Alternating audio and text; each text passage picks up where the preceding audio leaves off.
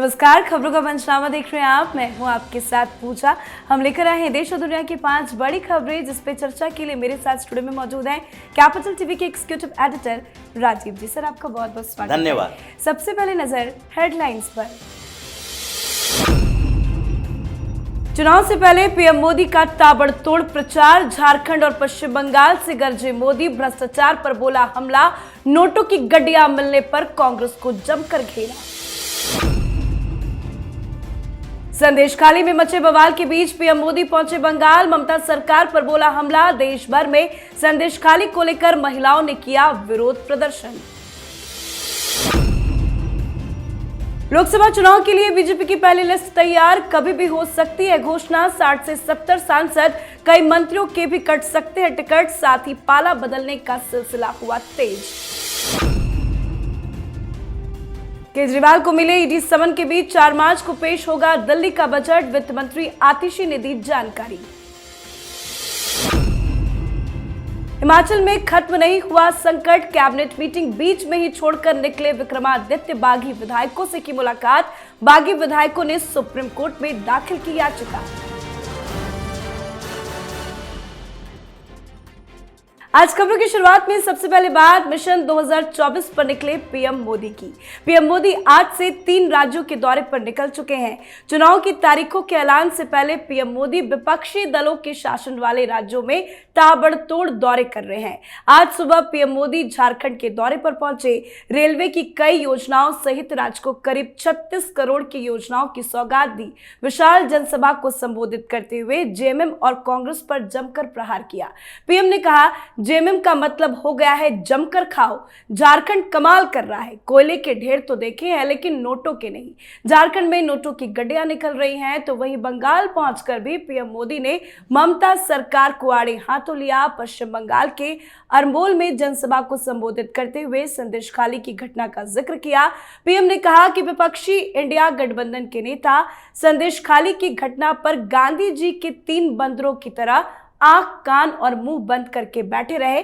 साथ ही कल पीएम मोदी बिहार के दौरे पर भी रहेंगे। ताबड़तोड़ पीएम मोदी प्रचार तो कर रहे हैं, लेकिन विपक्ष के भ्रष्टाचार पर जो प्रहार कर रहे हैं, उससे जनता तक क्या संदेश जा रहा है? देखिए, पीएम मोदी के शब्द नहीं हैं, बल्कि उन्होंने गुस्से में ये बातें कही है कि देखो, ये चोर लुटेरों को झारखंड मुक्ति मोर्चा, ये कहते हैं आदिवासियों की पार्टी है, आदिवासियों के लिए काम करते हैं। आदिवासी परिवार में जन्म लेने से कोई आदिवासी ट्राइब्स नहीं हो जाता। उसी तरीके से ऐसा नहीं होता है कि कोई गरीब परिवार में जन्म ले लिया तो इसका मतलब वो गरीबी को समझता है और वो आगे कोई ऐसा काम नहीं करेगा जिससे कि गरीबों को अपना सर नीचा ना करना पड़े। ऐसे ही लोग ये लोग हैं। जितने लोग जो जुटे हुए हैं विपक्षी पार्टियों में और जो बार बार सवाल उठा रहे हैं कि भ्रष्टाचार पर नहीं बल्कि विपक्ष पर हमला पीएम मोदी कर रहे हैं, ये विपक्ष पर हमला नहीं है बल्कि चोर लुटेरों पर हमला है। क्योंकि तुम सारी पार्टियां मिलकर अब तक अवधारणा बनाने की कोशिश क्या कर रहे हो? ये लोगों को दिखता नहीं है कि ये जो नोटों की गड्डियां इनके घरों में दिखाई पड़ती है, 200 करोड़ रुपया सामान्य लोगों को गिनने के लिए अगर दे दिया जाए तो गिनती भूल जाएंगे। 200 करोड़ रुपया अलमीरा में रखे हुए हो। ये कांग्रेस, जेएमएम जैसी पार्टियां हैं जो अब तक भ्रष्टाचार करती रही है और फिर अगर मौका मिला भ्रष्टाचार करेगी। ये गुस्से में जिस तरीके से उन्होंने लोगों को बताया कि देख लो, तुम्हारा भविष्य किसके हाथ में होने वाला है। अगर एक गलती किए तो फिर वही 60 सालों वाला इतिहास दोहराना पड़ेगा, जहां न देश बचता है, न धर्म बचती है, न संस्कृति। ये सारे के सारे इन लोगों के चंगुल में जब जाएगा तो फिर वही विधर्मियों रावण राज सामने आएगा। इसलिए सोच समझकर काम करना है और लोगों को इस बात के, इस संदेश का अर्थ समझ में आता है कि हमें क्या करना चाहिए। यही वजह है कि एक के बाद एक भारतीय जनता पार्टी को पीएम मोदी को लोग जीत के लिए आगे बढ़ रहे हैं। जी, तो पीएम मोदी आज पश्चिम बंगाल पहुंचे। संदेशखाली में मचे बवाल के बीच पीएम मोदी ने ममता सरकार को जमकर घेरा। जनसभा को संबोधित करते हुए पीएम मोदी ने कहा कि मुझे टीएमसी दुश्मन नंबर 1 मानती है, लेकिन मोदी उनकी गालियों से झुकने वाला नहीं है। उन्होंने कहा कि लूटने वालों को मैं छोड़ने वाला नहीं हूं। साथ ही संदेशखाली को लेकर बवाल खत्म होने का नाम नहीं ले रहा। संदेशखाली कांड के विरोध में आज बीजेपी ने देश भर में पश्चिम बंगाल सरकार के खिलाफ धरना प्रदर्शन किया। महिलाओं ने ममता सरकार के खिलाफ जमकर नारेबाजी की। ममता बनर्जी के इस्तीफे की मांग भी तेज हो गई है। आज पहली बार पीएम मोदी ने संदेशखाली को लेकर बड़े बड़े बयान दिए। आज विरोध प्रदर्शन भी अलग अलग राज्यों में देखने को मिला। ममता बनर्जी की मुसीबत कैसे बढ़ रही है? देखिए, ये प्रधानमंत्री नरेंद्र मोदी ने आज ममता बनर्जी की राजनीतिक मौत के ऊपर मुहर लगा दिया। उन्होंने संदेशखाली का नाम लिया, जिक्र किया, वहां महिलाओं की स्थिति के बारे में बताया। अब पश्चिम बंगाल की महिलाएं सड़कों पर आने वाली है। धीरे धीरे करके भारतीय जनता पार्टी के नेता, कार्यकर्ता, ये सारे जो एक्टिव हुए हैं, जो मोरल बूस्टअप मिला है पीएम मोदी के इन बातों से, उसके बाद भारतीय जनता पार्टी ये सिर्फ और सिर्फ ममता बनर्जी के लिए नहीं, पूरे विपक्ष के लिए एक ऐसे पृष्ठभूमि तैयार कर रहे हैं जिसमें इन लोगों के पास कोई जवाब नहीं होगा। जवाब अभी भी नहीं है। कांग्रेस, जिसके नेता राष्ट्रीय अध्यक्ष मल्लिकार्जुन खड़गे से जब पूछा जाता है संदेशखाली को लेकर आपकी क्या राय है, आप ममता बनर्जी के खिलाफ बोलते क्यों नहीं है, जबकि अधीर रंजन चौधरी कभी कभी बोल देते हैं, उनकी कोई औकात नहीं है। खड़गे इस सवाल का जवाब नहीं दे पा रहे हैं, बस गठबंधन की बात कर रहे हैं, सीट शेयरिंग की बात कर रहे हैं। यह भी नहीं कह पा रहे हैं कि अगर संदेशखाली में टीएमसी के गुंडों ने कुछ काम किया, गलत किया, तो उसको सजा मिलनी चाहिए। इतनी भर टिप्पणी कर दो। लेकिन पीएम मोदी ने यह कह दिया, बता दिया कि अब इन लोगों को माफ नहीं किया जाएगा। इसलिए ये जो ममता बनर्जी इतने दिनों तक किसी तरीके से अपने महिला होने का और फिर वहां पर कम्युनिस्टों के खिलाफ काम करने के लिए जिस तरीके से उन्होंने टीएमसी को कम्युनिस्ट पार्टी बनाया, इसके आधार पर राजनीति कर रही थी, अब उनकी राजनीतिक मौत का फरमान जारी हो गया है। पीएम मोदी ने बता दिया है ये कोई छोटा मोटा मामला नहीं है। महिलाओं के साथ जो हुआ, जो शेखों मुल्लाओं के इशारों पर तुम काम कर रही हो, उसको बर्दाश्त नहीं किया जाएगा। इस बार भारतीय जनता पार्टी तुम्हें उखाड़ कर ही दम लेगी। बिल्कुल, तो पीएम मोदी चुनावी मोड में है और विपक्ष को झटके पर झटके लग रहे हैं। विपक्ष के नेताओं के पाला बदलने की कवायद जारी है। आज फिर लालू तेजस्वी को बड़ा झटका लगा है। आरजेडी विधायक भरत बिंद ने पाला बदल लिया है। भरत बिंद विधानसभा की कार्रवाई के दौरान सत्ता पक्ष की तरफ जाकर बैठ गए। साथ ही चुनाव को लेकर बीजेपी की तैयारी जोरों से जारी है। पहले लिस्ट की घोषणा कभी भी हो सकती है। खबर है कि बीजेपी कुल मिलाकर 60 से 70 सांसदों की टिकट काट सकती है। कई बड़े बड़े मंत्रियों को भी झटका मिल सकता है। पाला बदलने का सिलसिला तो जारी है, लेकिन क्या बीजेपी की पहली लिस्ट चौंका सकती है? क्या तैयारी है? बिल्कुल चौंका सकती है, क्योंकि पहली लिस्ट उन लोकसभा सीटों के लिए है जहां पर भारतीय जनता पार्टी को या तो नया उम्मीदवार खड़ा करना है, जहां पर 2 से 3 बार से लगातार कोई सांसद बन रहे हैं और उनकी आगे विश्वसनीयता कैसी है, उनको उतारा जा सकता है या नहीं, या फिर वो सांसद जो कि अब चुनाव लड़ने की स्थिति में नहीं है, उन सीटों की बात होगी।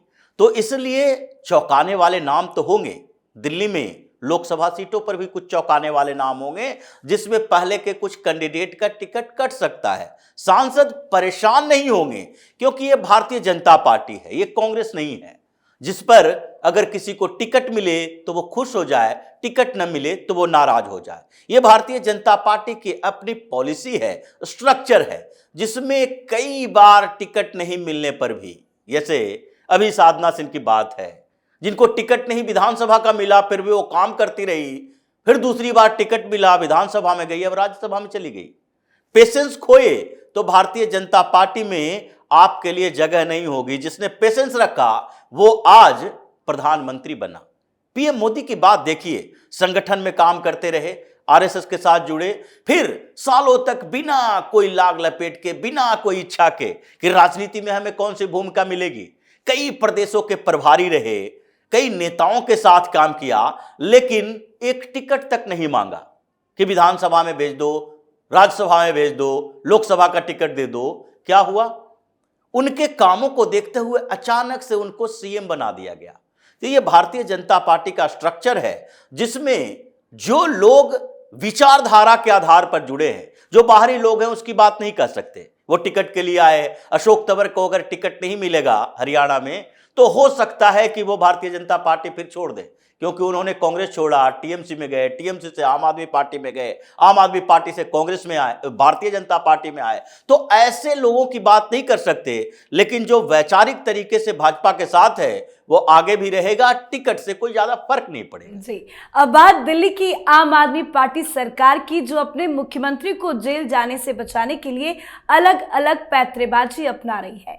दरअसल शराब घोटाले में फंसे अरविंद केजरीवाल को ईडी ने 8वां समन जारी कर पूछताछ के लिए 4 मार्च को बुलाया है। पर आज ये खबर सामने आई कि 4 मार्च के दिन ही दिल्ली सरकार बजट पेश करेगी। इस बात की जानकारी दिल्ली के वित्त मंत्री आतिशी ने दी। बड़ी बात यह है कि पहले बजट 19 फरवरी के आसपास आने वाला था, पर जानबूझकर देरी की गई और अब जब 4 मार्च को केजरीवाल को ईडी ने बुलाया है तो आज बजट पेश की खबर सामने आ गई, जिसे साफ कहा जा सकता है कि एक बार फिर केजरीवाल ईडी के सामने पेश नहीं होंगे।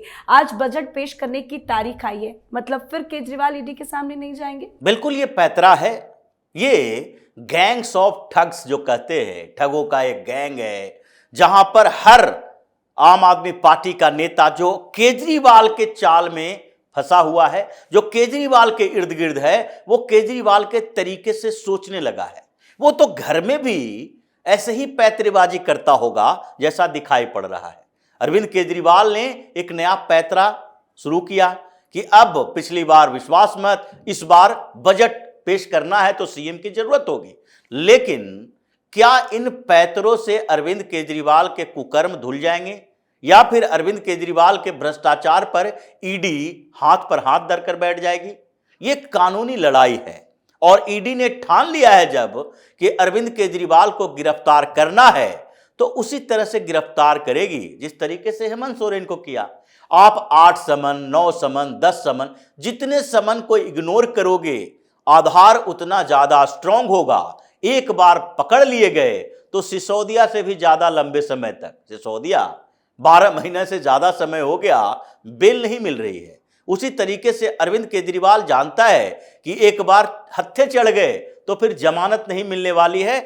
उससे पहले जितना हो सकता है इधर उधर से पैतरेबाजी करके इससे बचे रहो। जी, आज की आखिरी खबर में बात हिमाचल प्रदेश की, जहां कांग्रेस सरकार को भारी संकट का सामना करना पड़ रहा है।